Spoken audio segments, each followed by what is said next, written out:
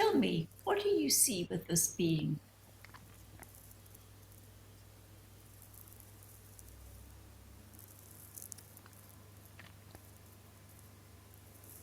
This being is morphing. I'm being shown that it's super, super, super tall. 15 to 20 feet tall. And it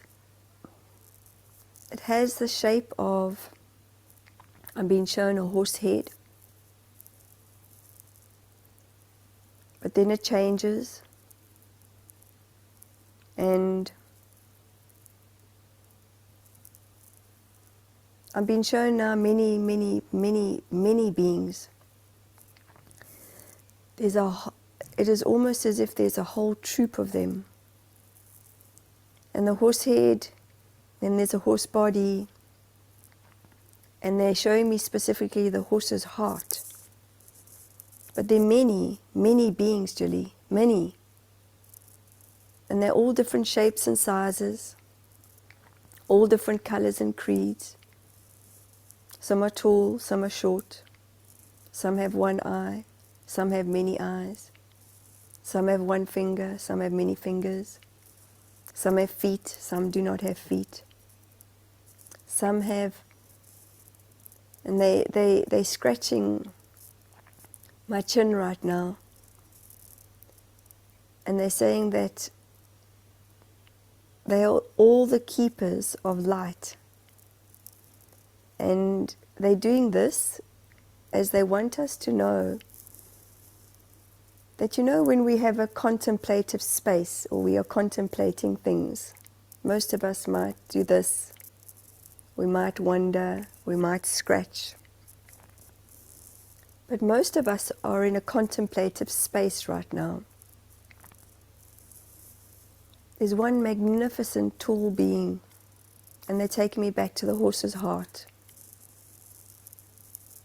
A horse has a massive heart. The vibration of the heart is felt by the horse by up to 50 meters, if not more.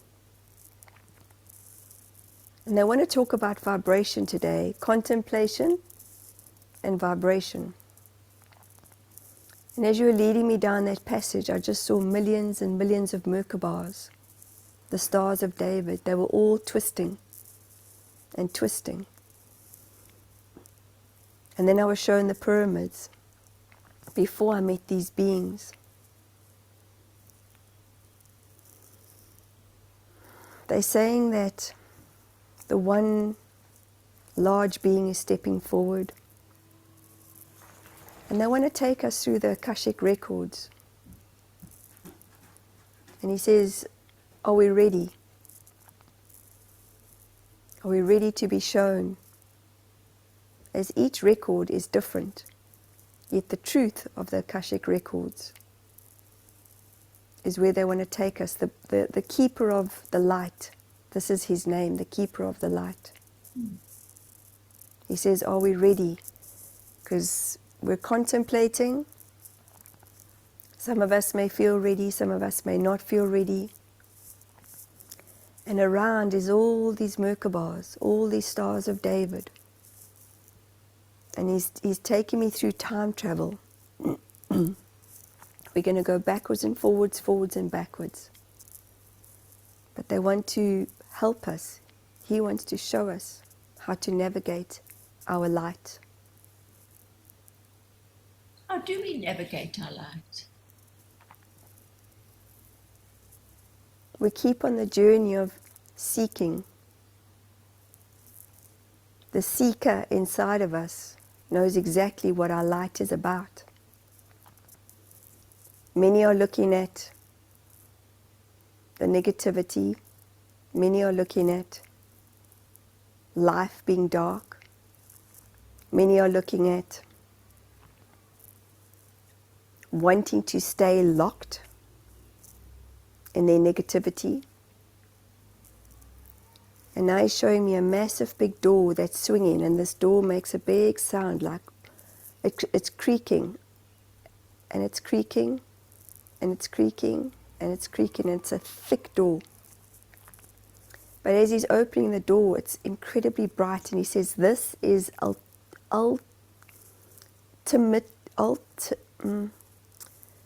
ultimate way of being and state is this massive bright light that I'm being shown right now. It's almost like I have to turn away, and he wants to close the door, but he says we've got to keep the door open because this is our light, this is our state of being. The rest is all just a mishmash of stuff. And the how doesn't matter. The why doesn't matter. It is. He's showing me, he's like, this is it, guys. This is how we all are born. The Star of David. We are born with this light inside of us. He says that he knows that humans are feeling the dense energy. And it's kind of like he's the sinew of our bones. You know how we have sinew in our bones, or sinew in an animal's bones, the marrow. He's showing me the marrow. But it's sinewy at the same time. And he's using the word gelatin. Because we have gelatin in our bones, do we not? Mm. And he says, but the marrow, and some of us who eat meat love to suck the marrow out of the bones. We think it's very tasty. He says, this is where the nitty-gritty of all of us, of the structures of us, are wanting to shift. And we are shifting the narrative of what's going on right now. We are all shifting at the rapid speed of light. He's taken me back to the marrow in our bones, which is soft. Yet it has little holes in it. If you had to look under a microscope, it has little holes in it. He says again, and he's taking me to the keeper of the light. He is the keeper of light. Yet these little holes that are within us, they're little pockets. And these little pockets can hold dense energy, which may mean darkness to us. Yet the narrative is shifting. Earth is shifting at a rapid speed of light. He's kind of like he's doing this, and he says, quicker than our eyes would be able to function on my hands. Everything is happening quicker, and we know this. People are saying to themselves and to others, wow, it was Monday today, and you realize it's Thursday already. Where did the time go? He says, and this is where the narrative is being shifted. This is where he, as the keeper of light, is showing us, re-showing us our different way of being. And he's saying, as my body is even twisting and wanting to shift, he says, what's happening is, and he wants to show us that what they're doing with my body right now, it's like many of us may feel pinched. We might have pinched nerves, pinches in our necks, sore lower backs. And he says what's happening is energetically, we have been held for a very long time, eons. We have been held. And he says everything within us runs and is affected by our spine, is it not? Mm-hmm. Everything is connected from our spine all the nerve endings, everything is connecting into our state of being. He says, in all these twistings and turnings is where we are feeling at times like we are being suffocated. He says, but the narrative is changing, where many of us are opening up to a different way of truth, a different state of evolution. We are evolving really, really quickly. Some of us will keep up, some of us will stay in the denseness. Some of us will feel lighter in our bodies, some of us will feel heavy in our bodies. The ones that are feeling heavy are the ones that will feel the massive intenseness of being human. And he says that those that are feeling the massive intenseness, he says it's exactly what we were talking about prior to me going out into the field. The galactic energies, the ones that cannot stay in this denseness, will make choices to leave. He says, you and I were talking about this prior. Yeah, and it just made me think about that very old saying that it says, I can feel it in my bones. Correct. So when you spoke about the bones and the little holes and the holding, no wonder we can feel it in our bones. I think we have to study where those old sayings come from and actually what they mean. He says absolutely correct, and everything is at the rapid speed of light, as quick as what we are blinking. Everything is dissipating as we know it to be true.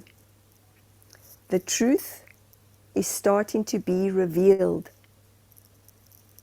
The truth of these times are starting to be revealed. Hence we will see different leaders. Leaders will be leaving their platforms, leaders, and he says he wants to be very clear with sharing about leaders.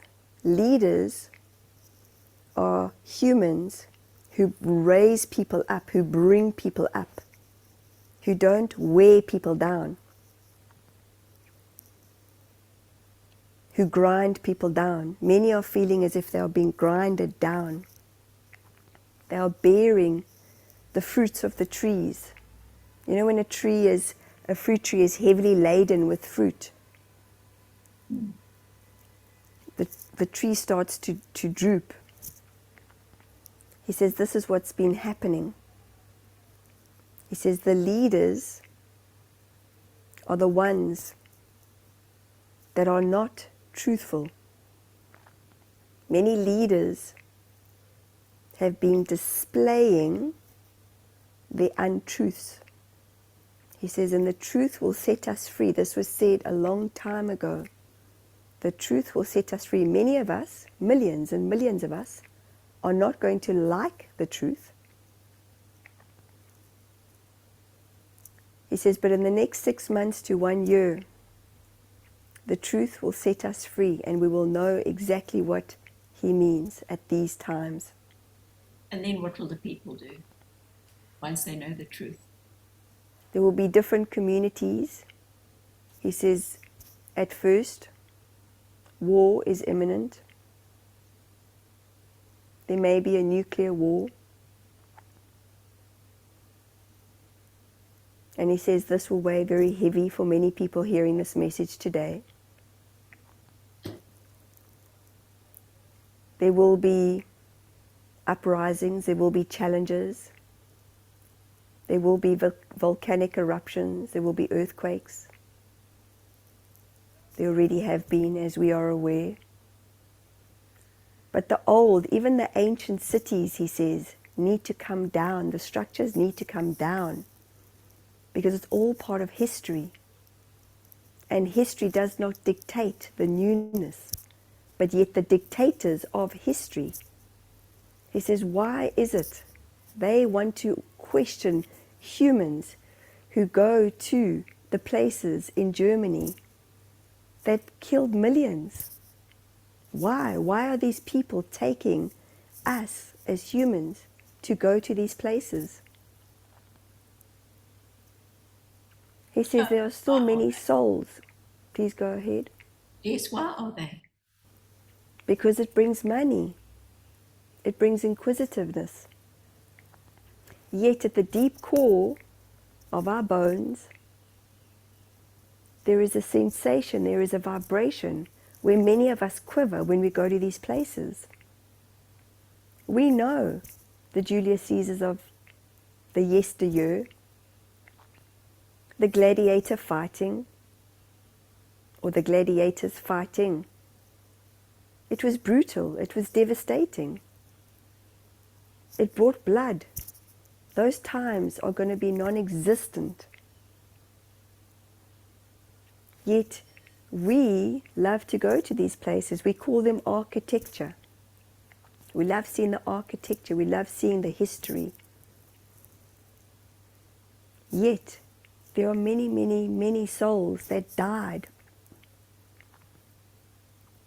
in these spaces. So he said, why, as us as humans, why would we want to go and pay money to see these places?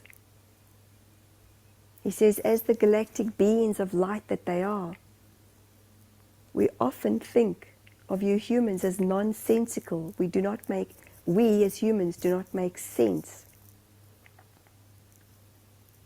He says, so the destruction, the devastation of what is to come is challenging, yet it is very much about moving from the 3D to the 5D. We are all wanting the newness of what is to come. Yet in order to clear the old, he's showing me the farmers. They take grades. They take those graders, you know, they dig up the earth. Plows, yes. They plow, correct. They dig in order for the new to come. And then they replant the new seeds. He says it's that simple from where they are at. And he says that not all, as we know within our truth of our freedom, is what we have been shown, what we are hearing. Not all is truthful. Please know this.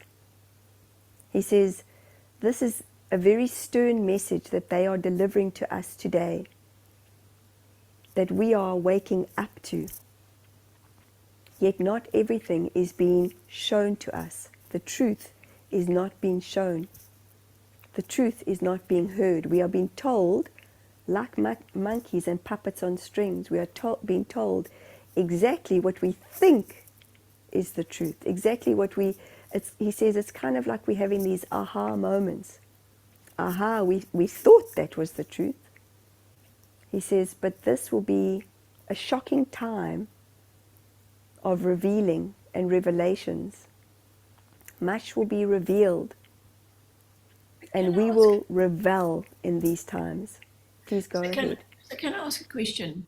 Who are behind these leaders? I can't believe that these so-called leaders could think of these themselves. There's got to be a reason, something behind this. He says what is being shown and what has been happening, not only in the last 3 years. He's giving me the year 2012, the year 2003, the 1960s, the 1940s, the Depression years. These years have been accumulating and accumulating and accumulating in human history. He's even taken me back to the Julius Caesar days, the barbaric times. It's a thirst, and he says it's a disease where people are power hungry, are they not? He says, so to answer your question,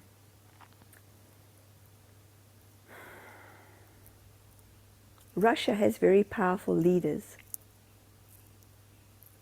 Russia has been creating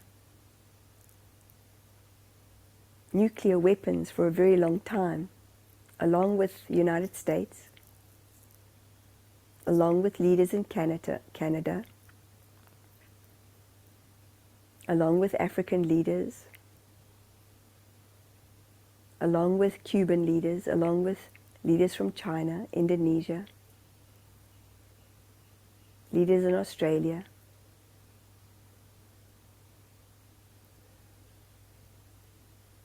leaders in the United Kingdom. He says it was imperative, not imperative, imperative, that the Queen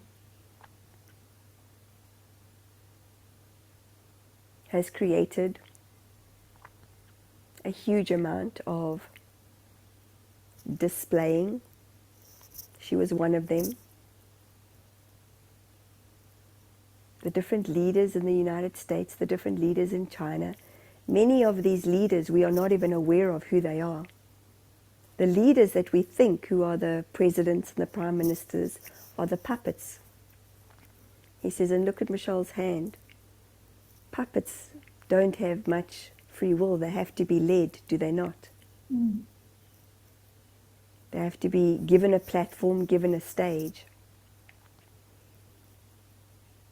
He says, so many of these leaders are the ones that, and it's been said many times, are playing their part. He says, but please let's not get stuck on only these last few years. This was very much a time in humanity for us to all wake up. He says the lockdowns that were created, we were all the puppets, weren't we? The masters told us exactly what to do, and we all listened. He says, again, it's very important that for those that are watching, those that are listening, this is a very firm message from our spiritual teams to the teams on earth today. He says that these are moments in time. He says pockets, holes that have been created for many, many, many, many, many, many, many years. And there are a few that have had the money. He says, why do we think that there's only a few billionaires in the world? Or a few trillionaires? What do you think they do with all their money? He says they infiltrate. Get the money from the people. Correct. But they They infiltrate. don't be a trillionaire or a billionaire without the people. Exactly. They seem to forget that. Exactly. He says that myself, Michelle, and my husband, Brent, we're discussing these situations, a few of how even just our local councils and our local leaders that we have decided to pay their salaries. We have decided to say that this is what we think. We give them these positions in the hope that they're going to do what is really good for us as human beings. He says, but there's one word, it's called greed, that us as humans love. And this one word holds a lot of power, does it not? How is it that the United States can have one leader and look after every single country? How is it that we as humans can give that one leader all the power? He says all the power lies within us as humans. We are the ones that are standing up and saying, no more. We are the ones that are deciding that the old regimes need to be changed. We know it, we can feel it. Our souls have brought us to this evolutionary change. We are here for this purpose. He says, and it is exciting, the teams the galactic teams that we have are excited for us because we finally are finding our voices in a different way, not with arrogance, not with ego, not with anger, yet displays of love, displays of encouragement, displays of courage, displays of pure vibrational consciousness. And when humans are, he says specifically humans are in pure vibrational consciousness, that is where the shift will happen, or is already happening, seamlessly. He says that the times of change are not in the corporations anymore. All the small businesses are the ones that we are here to support. And he says it's a must, an absolute must. He says he's given the example of you and me being South African. You know when the elephants are in musk, Julie? Yes. Can you explain to everybody listening what they do? Well, it's like a rampage. They go on a rampage. Mm-hmm. They just trample everything in their path just to get their female. Mm-hmm. And there's a tangible smell. It stinks. And you can smell exactly because they just release, release, release, release. And they are adamant that that's what they are going for. They're looking for their partner. They're looking for their female to mate with. And it's incomprehensible that such a big elephant can ride another elephant, isn't it? Mm-hmm. The law of gravity will defy the fact that a male can take a female. Yet it's in the musking where it is already happening. The vibration is already changing. And he's saying that it is a must for us to start supporting small businesses within our countries. He says because this is where the crumbling of the bigger businesses will realize that they do not hold all the power. Many of us want to change using plastic. And he says again, this is an absolute, he says they are taking a magnifying glass and they're putting the magnifying glass with the sun coming through. And what does it do? It burns if you put it on grass or you put it on a piece of wood. Fire. Fire, correct. He said it is an absolute must that we start looking at supporting our communities, our local farmers, each other, people who are starting small businesses, artists, people who are creating something out of their own free will, but they're doing it from a place of love because they want to give back. They want to give back. He says, but yet where we all still get stuck, and these are the little holes that are in our marrow, in our bone marrow, where we get stuck is on the old, the cycle of the old. Yes, but this is how it used to be. Yes, but this is how it used to be. Is that why they want to destroy the old? He says they, as the beings of light that they are, not wanting to destroy the old. They're wanting to know that there is an infiltration of letting go of the old, letting go of the old paradigms. And he's smiling because you know where we're going with that. He says, do you see how the information's been dropping in for you and I? Yet what happened was you and I mishmashed. We went backwards and forwards. What about this? What about that? What about this? What about that? And then it dropped in and we got the aha moment. He said, so the paradigms are shifting. galactically as well as within the earth. And he says, and this is what is important, is the paradigm shifting, shifting, shifting, shifting. He takes us back to the plow again. Whew, these guys are on fire today, Julie. Yeah, They've got so much information. Yeah, so Yeah, much information. I mean, it's just so much a time for a paradigm shift because the old ways are not going to forge new paths. Mm-hmm. And yet so many people want a new way, but they're sticking to the old. It's like a Correct. broken down record. Correct.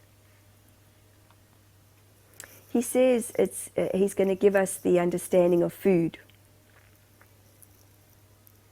Some of us are looking at simple ways of eating again. Some of us enjoy the old way of eating. He says, but the simple way is the fisherman going out to fish. The simple way is the farmer that grows the food. Not mass production, as we think is the best. He says, but we've demanded, consumerism has demanded, but we want this, we want to grow this, we want to eat this fruit in out of season. He says it doesn't work that way. We're going against the bylaws of nature. Nature doesn't work that way. He says the snakes hibernate in winter. The bears hibernate in winter.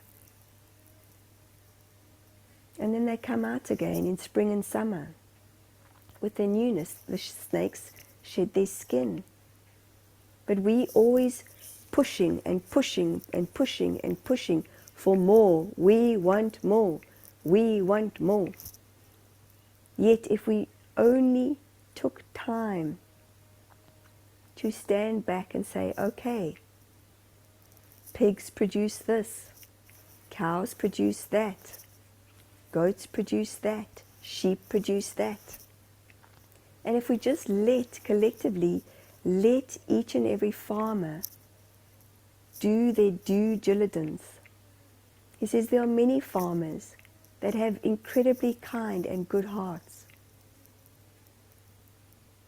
That they talk to their animals, they let the animals know that this is part of a life cycle, and they thank the animals for giving what they are giving to us as humans. He says, but no, we want more. What can we tweak? What can we put in here? What hormone can we put in there? He says, and this is what we, them, have been collectively saying for a long time. They are light energy. They are light bodies. They exist on light. Our bodies can exist on light. Yet we choose to want more, eat more. We challenge ourselves on a continuously daily basis. And he says, and this is the paradigm shift of less is more, people. Not more is less. Less is more. Less feeding, feeding, feeding. Too much information, which is what we are all getting at times. He says, but it's like the digestion system. The digestion system takes a while to digest. He says he's going to give the simple analogy of the large intestine and the small intestine. They are meters and meters long. Yet they need to be pushed through. Stuff needs to be worked through. And as stuff is worked through, the body then assimilates and lets go, doesn't it? Yeah, and then I suppose while you were telling me that, I was thinking about eating out of season. So what happens is, if in your country, wherever you are, you get food from another country, it actually has to be flown in, shipped, railed, whatever. That takes time. And then they've got to add all the preservatives and the chemicals to the food to make it last so that it arrives in an okay condition for you to consume. Mm-hmm. That must take a lot out of the human body to have to try and filter all those chemicals. So maybe that's a good enough reason why we only eat what's grown locally and in season. Absolutely. And he says that, again, it's consumerism. It's what we've all demanded. And he says that they understand and they know that it's not possible, as there's many high-rise buildings that many millions of humans live in. He says, but it is starting with little plants of different seedlings. Teach our kids how to grow these seeds. Mm. Because even if we had on a windowsill 3 or 4, he says he's giving the understanding of rosemary or basil or different little herbs. He says that they are fully aware he's under the microscope of knowing that everything starts small. When you put something under a microscope, who knows what kind of life is being shown under the microscope? He says, but it does. It still starts with the microcosm. But yet we want the big, the big, the big. He says it's fascinating how so many of us, and he's smiling because he says, you and I spoke about this prior, being entitled. He says if we had to look at the poor countries, and I come from a poor country, you come from a poor country, Africa is a poor continent, isn't it? Well, it's been raped and pillaged, unfortunately. Correct. Yet it holds so much minerals, so much gold, so many diamonds. Magnificent farming lands. Magnificent farming. Yet again, the greed. He says, but yet millions of African people, black, white, Indian colored, whatever color they are, is not the reference. He says they live a very simple life. They dig holes, they go to the toilet in a hole. They live in mud huts. They create fire. They live simply. He says very few Africans want a lot of food. They eat off the land. They hunt. He says, and you know exactly where he's going with this, is living like the tribes. The tribes, the ancient tribes, the wisdom keepers have been saying this for a very, very long time. They talk to the earth. They talk to the sky. They talk, they thank the water for when it comes down. He says, but unfortunately, us as Westerners want more, bigger homes. He says, this is not new information that they are giving to us today. So when did we lose our way? He's taking me to the Albert Einstein, the energy of Albert Einstein. He says, even before that, we came out of the depressive era. He says, he's showing me 1960s, 1970s, where the TV, electricity got bigger and bigger and bigger and bigger. He says, JFK, hence he was assassinated. He wanted good. He wanted great for human beings. He was a true leader. Martin Luther King was a true leader. Princess Diana was a true leader.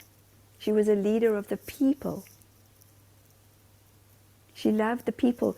You didn't see her sanitize her hands after every touching that she did, every handshake, or she was a true leader.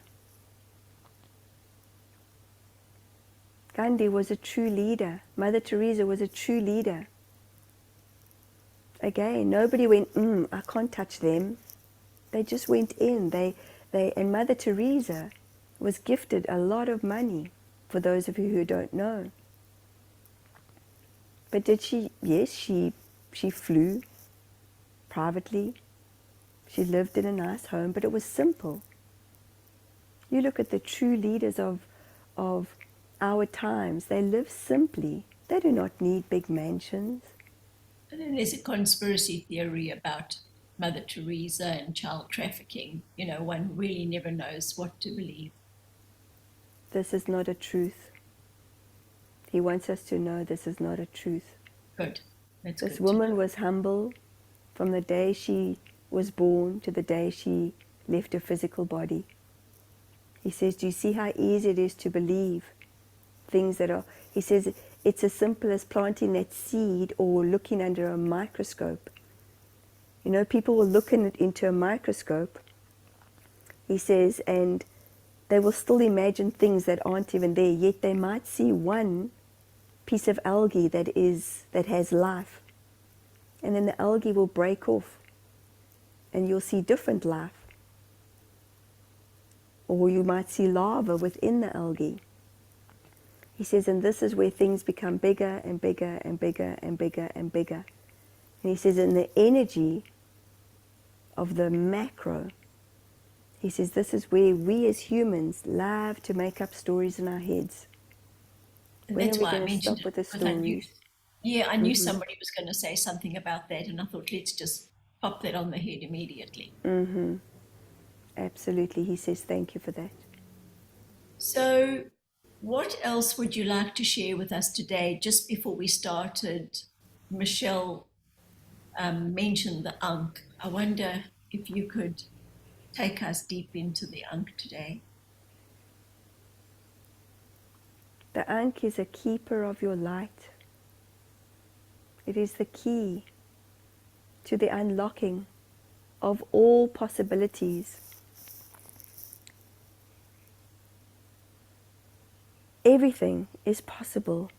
All is possible. When we as humans start to use the words, all is well,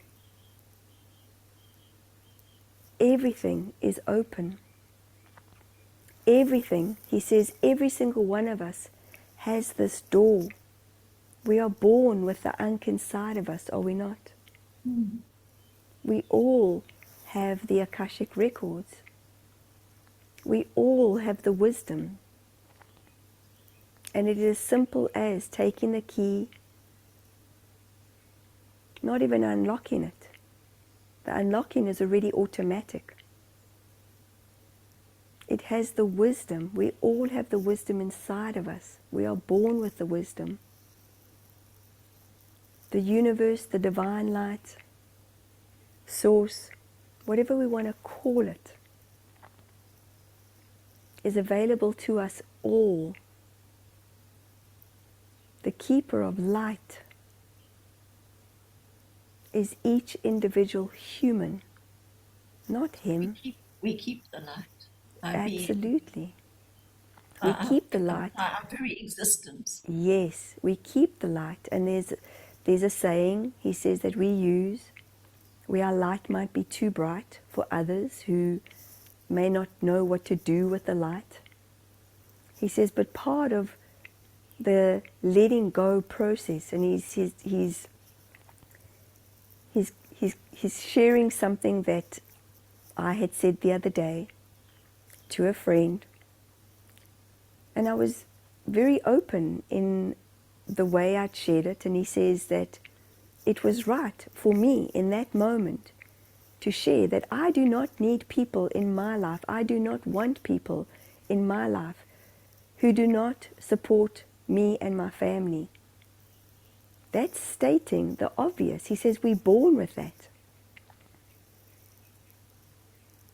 He says, but what happens is, as humans, we put up and we put up and we put up and we put up and we put up with others who claim they are positive, who read all the right books, who share with you that they are fantastic in that moment. Yet actually, when you walk away from those people, they've got more to say about you than anybody else.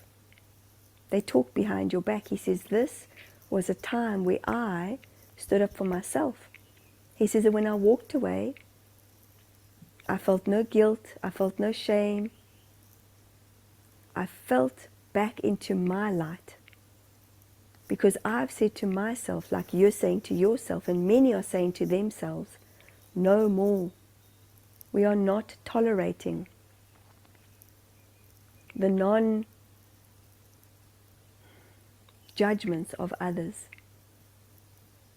He says, and it's not good, it's not bad, it's not ugly.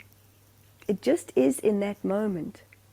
And those friends, those families will either choose to stay and come back into your life, or they'll choose to leave. He says this is the ultimate of the key of light. He says because what we haven't been shown or told or realized in our light is that it is okay to say no. This does not serve me. This does not work for me. This does not feel good for me. He says, and that's what many millions of us are learning.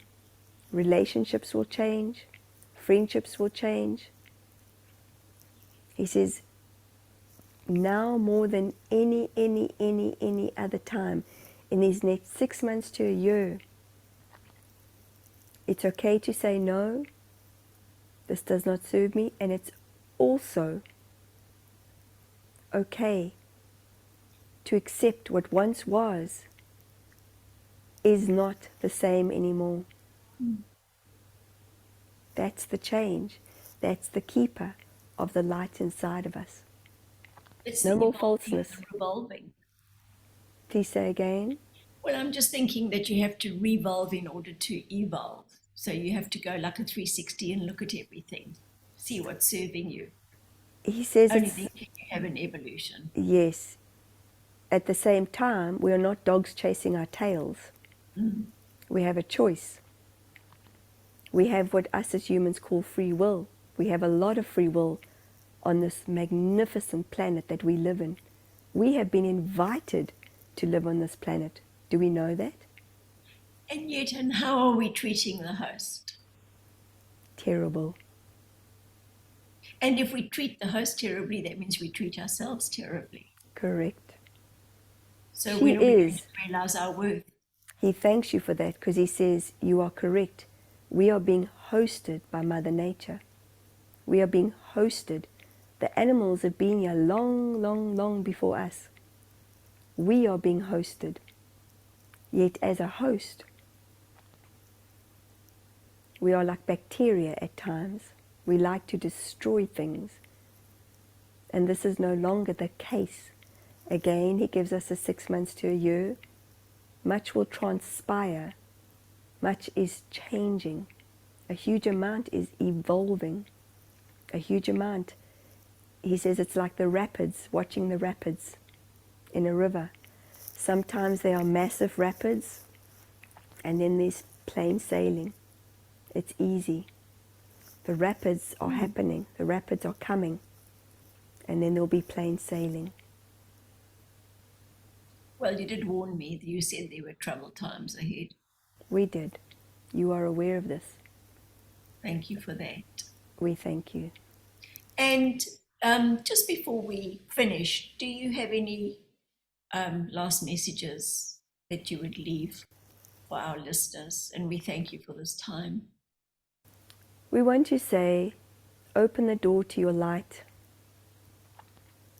The light shines brighter, and there is a glimpse of what is to come. Many of us are feeling it, many of us are seeing it, many of us are noticing.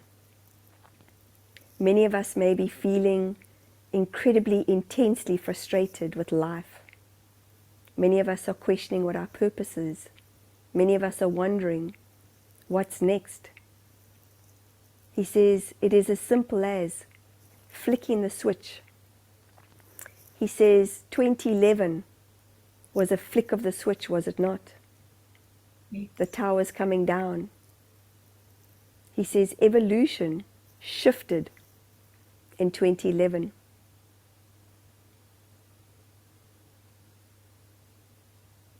He says, and he's showing me the towers coming down. They were iconic for such a long time, weren't they? He says, yet what happened was the consciousness of love is the only thing that existed in that moment of time. It was a flip. He says the rest of the world held their breath. And at that time, the only thing that everybody wanted to tell everybody, the people that were in the towers, those souls that were in the towers, they only wanted to connect with their loved ones and share with their loved ones how much love they had for one another. He says that is all that we are learning through these destructive times. He says all the firemen, all the paramedics, all the humans jumping out of the buildings, they only shared love in that moment. That was all that existed. These are the times of change. We only know love. We only know love. We only know love. That is all that exists. And this is the truth of who we are. This is the truth of our light. Love, awareness, love, consciousness. The ultimate, highest form of vibration is love, Julie. We thank you. Thank you so much. So it's time to bring the love back. So to make a perfect ending, could you please channel some of the vibration of love through Michelle so we can hear the tone and let it sink into ourselves, please? Thank you. We thank you, and we ask everyone to focus on their heart centers and their third eyes.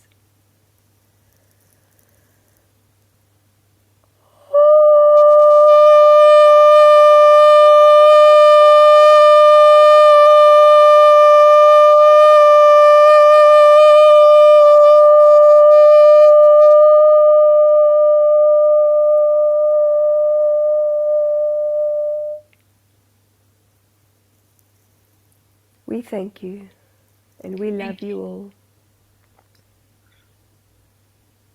Thank you so much. And with that, I'm going to count to 3, and by the time I reach 3, you're going to be back in your room and feeling wonderful. 1, starting to move around and coming back. 2, opening your eyes.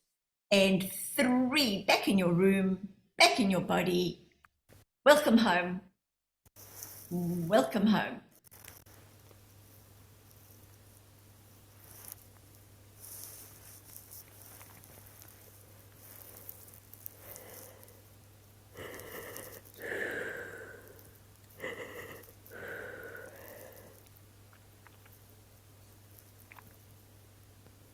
It was a biggie, Michelle.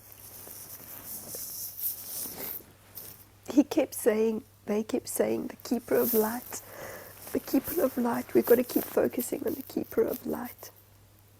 We are all the keeper of light. But that is exactly what we are teaching, right, in our upcoming little presentation, is the paradigm shift so that they can see themselves in their light, so that they can start opening that door, so that they can start letting all the passengers that they're carrying through life, the baggage, that they can put it aside very nicely, so that they can find their voices, so they can do it with kindness and love for themselves, so that they can be kindness and loving to others. But they've been taught for too long that take it, take it, take it, you're a big girl, the old family ways, whatever it is, you know, carrying that, the family angst through all the ancestral baggage as well. So it's almost like they're doing things on automatic because that's the way it's always been done.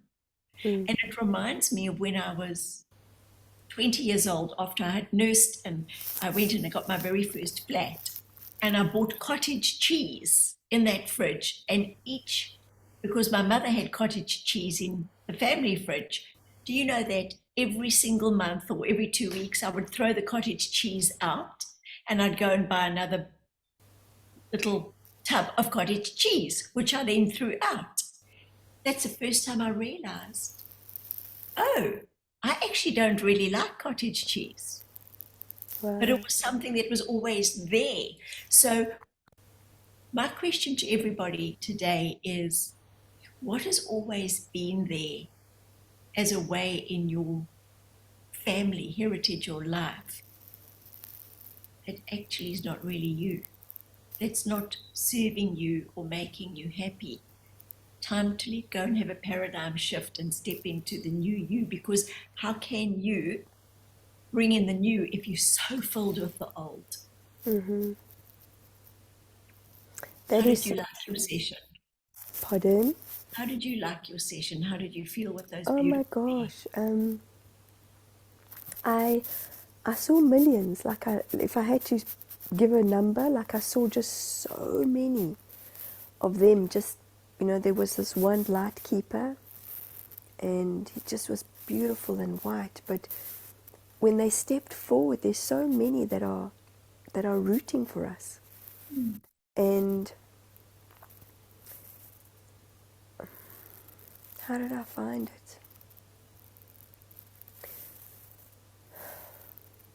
it? It's so embracing to know that we have it all inside of us, Julie.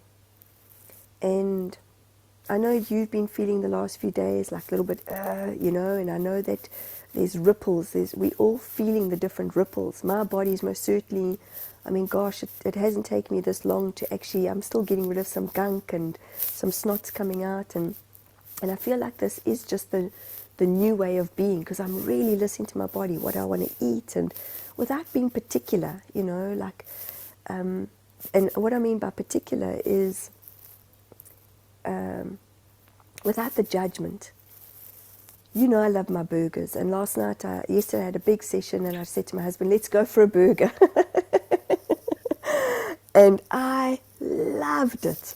Oh my gosh, I just schnaufed it, and it was like, oh my God, I thanked the cows. I was like, the guacamole that was on there, it was just, I thanked the chef. And, we had leftover chips, because the chips were delicious too, and it was so fascinating. Fries for those people in America. Fries, yeah. Cooked chips. And I went and I got to, and this isn't about me, this is just about compassion and kindness that I'd love to share, that I said to my husband, let's take away the chips because they're just going to chuck them away. And let's drive around our little town and see if we can find a homeless person or people. Let's gift them these chips because we know we're not going to eat them either tomorrow. And we did. We drove around and we had our son with us, Katie, in the car. And we were looking, and Katie was like, Mom, let's go down here because I see some of them sitting there during the day, because he rides his scooter around town. And then we drove. We drove probably for about 10, 15 minutes. We went into parking lots, and then Brent gave me a different way of looking. And I was like, because I felt disappointed. I was like, oh man, I just want to give these chips to somebody. And then Brent said, well, let's look at it differently. He said, actually he didn't say that. He said, Ban, what about if we don't find a homeless person? Then we know that there aren't any out there tonight. And I went, actually, yeah, that's a good way of thinking. Because in Africa, we know that we would just be able to drive down one street, 1 minute, and you'll be finding plenty, in South Africa. But we eventually found, he said he knows there's some guy that sits in one of the buildings. And I said, okay, let's go there. And he wasn't there, but his baggage and everything was there. And Brent said, what do I do? I said, just leave it. Just leave it for him, and let's hope that he finds them. But my point being is that for me is being of service in because we were able to afford a restaurant meal, and I lapped it up. I was just so grateful, and I came home and I felt full, and I was like, oh my God, Thank you, Belly. Thank you. Just thank you. Thank you for the rolls, everything that was made, that was put together. And that's life, though. I just realized this. It's like if you look at the stacking of a burger, you know, it's stacked and it's layer after layer after layer after layer. And some are good and some are bad. Exactly. And, you know, and I think it's the way we interpret things. It's the way we interpret some of it's good and some of it's bad. I just schnaufed it. I have to interrupt you. And what they've just said is that actually, when you go and you choose your burger, I'll have guacamole or I'll have beetroot or I'll have lettuce or whatever. So what is it that you are choosing for your layers of your life? Mm-hmm. Oh, that's a beautiful analogy. Put into your burger. Yes, yes. And that's just the thing, you know, it's what are you choosing? I looked at the black bean and I was like, I don't feel like black beans. I don't feel like farting later on because beans make me fart. Listen, we're human. I'm human. I do fart, you know. But it's, shit, I can't believe I shared this stuff.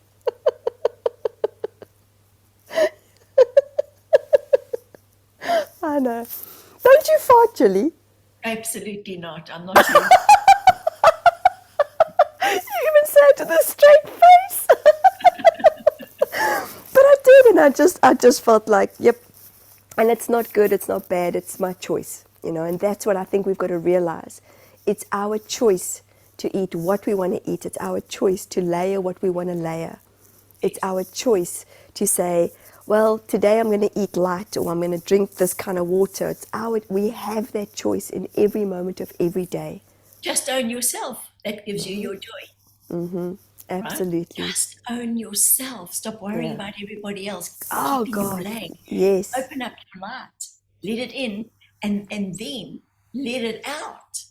Yes. Start radiating. Yes. Radiating that warmth.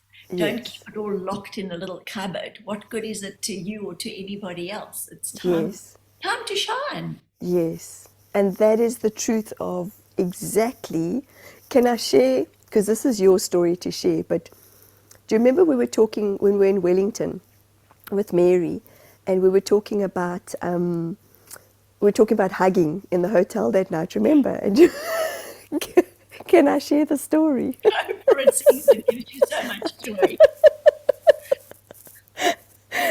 It does, because, you know, often we're taught, like, you know, don't pick up on other people's energies. We've got to protect ourselves, blah, blah, blah, blah. And Mary and Jill were talking, and I just love these two because they're such wealths of wisdom in so many ways.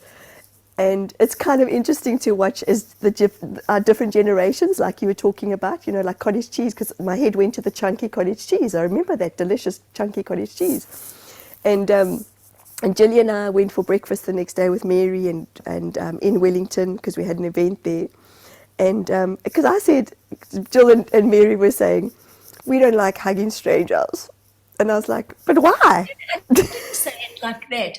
I know, I'm just joking. It's because my mum was never demonstrative. Yes. And so it comes in that you don't just do it, right? Yes, I do it with my family and my friends, but I didn't want, just because it's like the spiritual thing to do, to open up my arms to all these people that I don't even know and give them hugs. It made me actually feel uncomfortable. Yes, absolutely. Out of my comfort zone. I had to learn to step out of my comfort zone. Yes, and thank you for that, because that's how we grow. That's the stacking, that's the layers. You learn away. Yes, and what's beautiful is we had that discussion the night before, and then we went for breakfast the next day, and I didn't even see this, but you had family members come and they came to join us, and then when we were walking down the streets, I remember it was such a brilliant moment because you were like, did you see what happened? And I'm like, what? I didn't see it. And you said, well, I hugged a stranger today, okay? And I was like, go you, yes! But that's how quick the universe gives back to us. You know, it's like, okay, well, let's see. Let's push you out of your comfort zone. So I want to acknowledge you because I know you and I often get pushed out of our comfort zones. A lot. And I think I probably, even with talking about farting, pushed you, because Julie is such a lady. So And I'm just like from the other side of the tracks. Absolute nonsense. Absolute nonsense. I grew up in a mining town. I grew up in a little farming village, so Yeah, really, but you're such a lady, and it's beautiful. It really is beautiful. So it's so about how we push ourselves out of our comfort what zone, would you eh? like to tell the viewers as we bid them farewell? Oh gosh, just stay in your hearts and just share love more. This is for me. I love these little discussions afterwards because I just love you. And we are here to, and we just have to share our love even more and more and more so. And, it doesn't take away from the fact that life can be challenging at times, yet how do we show up in our space of our hearts?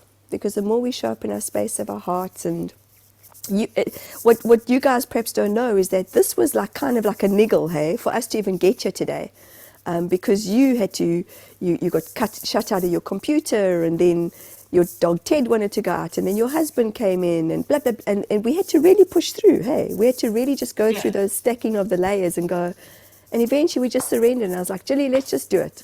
yeah. If we And get noise in the background or whatever, so so it be it. is. That's life. Exactly. And Yeah. if Ted comes and jumps, and Ted comes and jumps. So let's share more love. That's the truth of it.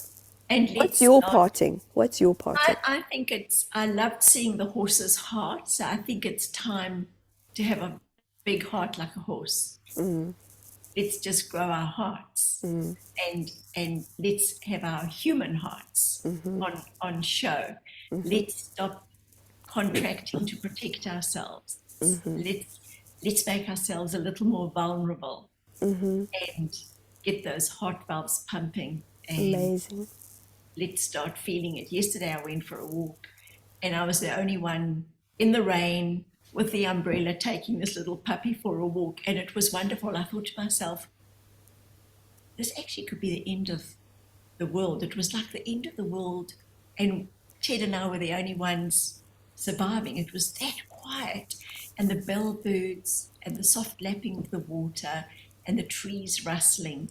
And I looked at the root system of the trees, and they were coming over the cliff top, and they were like nails, like claws, and they were just holding on for dear life. And I looked at them, and I looked at the size of them, and I thought, wow, humans have such a tiny little short span of life as a human form. And those trees have been there, some of them for hundreds of years. So they have a completely different existence. They don't have to pay mortgages. They don't have to cook dinner. Maybe that's why they hang around for a longer time. Because their form and function is different. And Yeah. I thought, Jill, you're getting on in years. Your time on this earthly plane will be over before you know it. So what do you choose for the last like 20 years? What do you choose? And I thought, I'm now letting my light out. I'm now putting my GPS on and saying, let's go and have an adventure. I'm not worried now about what people think of me anymore. Do I look right? Is this right? Am I offending anybody? What about this? What about that? And it was so wonderful that the listeners who listened to our YouTube channels, they made comments. Oh, that was spotty, or I didn't hear this. Why are we seeing you when we should only be seeing the viewer? And it was because I had tried to please too many people. And I realized I'm too awful at with technology. It's not my strength. I'm learning all the time. Yes, I would love to be seamless. I'm not a professional. I'm just me doing the best I can. And hopefully the information that we are sharing, hopefully one little thing might hit home for one person. If it does, it does. But I'm loving doing this with you. Oh my God, it's amazing. Yeah. I'm actually doing it for me because Yes. I love it. It gives me joy. So I'm going to be living more of my joy. And if Beautiful. somebody wants to come along for the joyride, get on the train and along we go.